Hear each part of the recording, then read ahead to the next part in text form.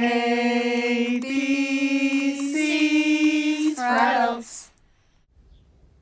ABCs for Adults, episode 19. G is for growth. Hey guys! Hey, and welcome back to another episode of ABCs for Adults. So in school we learned that G was for J.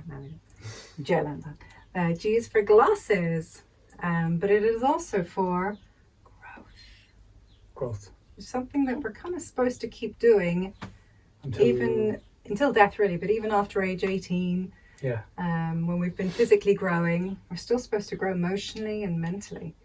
But we don't talk about that much. People just kind of say, oh, you have to, in the society, it's like you have to be mature, you have to do these certain things and complete these certain tasks, and that's reaching maturity. Well, it isn't really.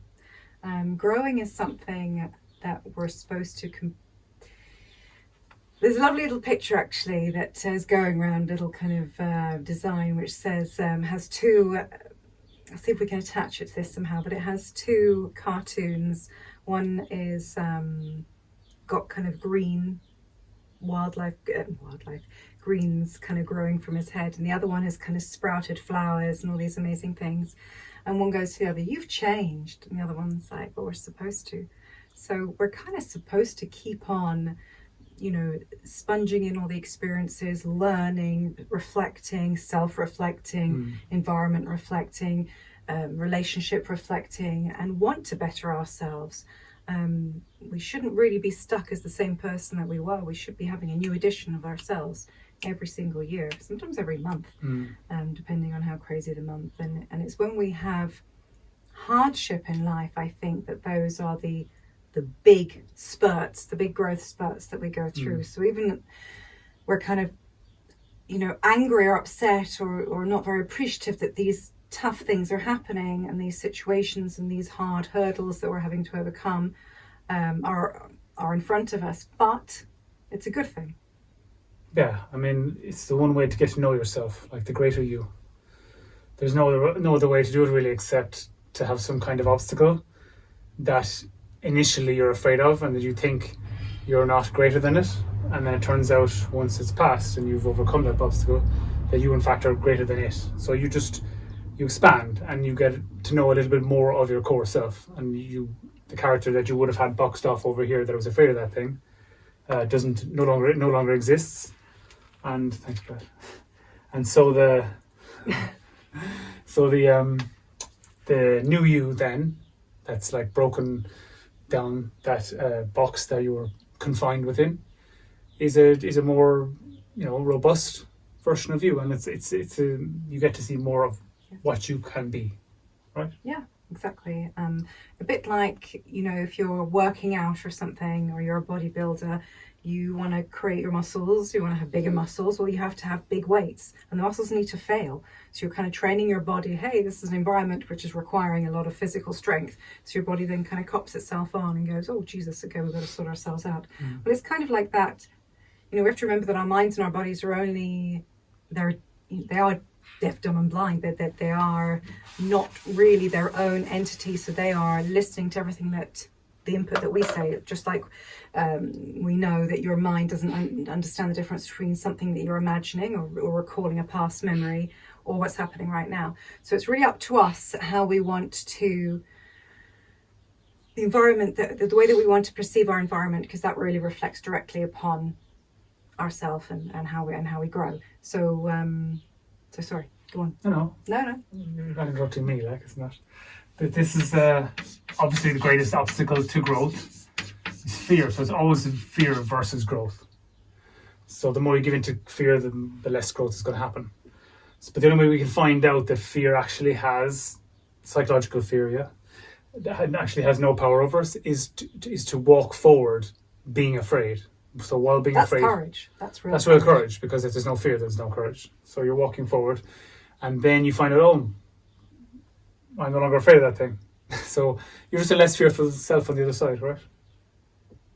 Exactly. No, so that's what we're trying to be. Is we're trying to be like shedding our skin, making our realizing that we're actually not as small and as weak as our ego minds tell us. And the only way we can realize that, the only way we can test the strength of our cord is by going through a difficult situation and then coming through it.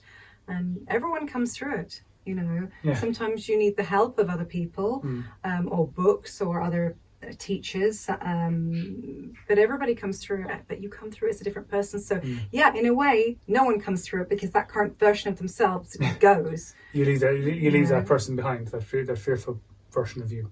So you do die, but a new you is reborn, who is stronger. Just like when you're trying to increase your comfort zone, people are like, oh, my comfort zone. It's like, well, the only difference between your comfort zone and your uncomfort zone is you haven't gone there yet. And as soon as you go there and go, actually, this is okay, you bring your comfort zone with you. And then it's really just expanding your comfort zone. Sorry, go on. Okay. Well, you don't have to say sorry. I feel like I'm interrupting. You're not interrupting at all. No, keep going. No, I have nothing Anything else. else? I have nothing else to say. Nothing else to say. Francesca finally ran out of words. I said them all. So in that way, fear falls the periphery of your life and comes in every Fear so is often. the fence. What's that? You could say fear is the fence. Fear is the fence, yeah, exactly. And when you break out through that fence and you get, your reality is bigger and you have way more experiences, obviously, because there's more space in which to experience things.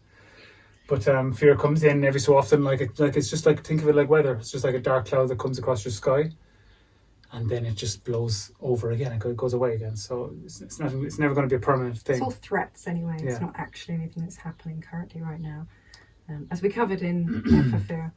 So that happens when the universe decides that it's time for more growth. So instead of it's very important that you don't grow your ego. That's the one area of growth you don't want to expand on. You don't want to expand because if you're against life and go, oh, life is so unfair and it does this to me and blah, blah, blah, and life is so hard and all this kind of stuff.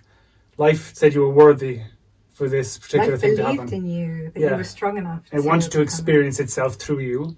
And so it put you into a situation where you could get to know the core you more.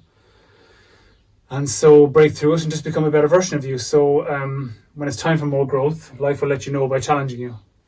And then you automatically grow because you have to. You can't just stand static, unless you hide yourself away somewhere, which isn't going to be much fun. And then you become the greater version of you after that. There was a lovely documentary that we watched recently. I wish I knew the name. Yeah, we might put a link in it for it or something. So, But wonderful. Wonderful. We're Beautiful. finishing it hopefully Yeah, tonight. it's like a shower for the soul. And in it, one of the guys says that physical pain or whatever is just nature's way of preserving the body, so that you don't bang yourself off that, you don't fall off that, and so on, etc. You learn from Keep you alive. keep you alive. So it's physical preservation, and psychological fear is, well, we would say it's to preserve your sanity. So it gives you, it's a kind of a leg up. Life is giving you a psychological challenge, and so when you then expand in order to break through that challenge, then you become a lighter and more peaceful version of yourself, and you become more of yourself, because let's face it, you're programmed from a very early age to think that you're such and such a thing within a certain box. Yeah. And life has better plans for you if you're up for it. Yeah. So yeah, It's kind of it, really. that's it really, guys. It's just don't stop growing, don't stop discovering and being curious about yourself and the world around you and the world inside you. And it's beautiful. It's so wonderful to be able to grow and then to meet like-minded people who are also on their journey, and they're excited about growing and about They've gone in other ways, and they can give you Yes. advice about something that they've downloaded. It's like we're trying to bloom, really, and we believe that the bloom is enlightenment, is a kind of mass awakening. So we're all kind of these meadow flowers that are still in our buds, kind of holding ourselves in because we're so scared we're going to get hurt. Well, that's not what we're supposed to do. And at one point the bud will get too tight and too uncomfortable, and it will be like this prison. When our protection becomes a prison, just like the caterpillar in his little cocoon, then we will break out and we will finally bloom, and it will just be so wonderful. And that's our maximum, reaching our full potential. I think reaching maturation is when we trust life enough to surrender and just allow ourselves to come out of our shell self and up until right up until the day you die, and then you pour what you've learned back into the oneness again before you leave. So thanks guys for being with us. Really, thank you very much for taking the time, and we'll join you for next week where we'll be doing G for goodness. Ciao for now. Hey.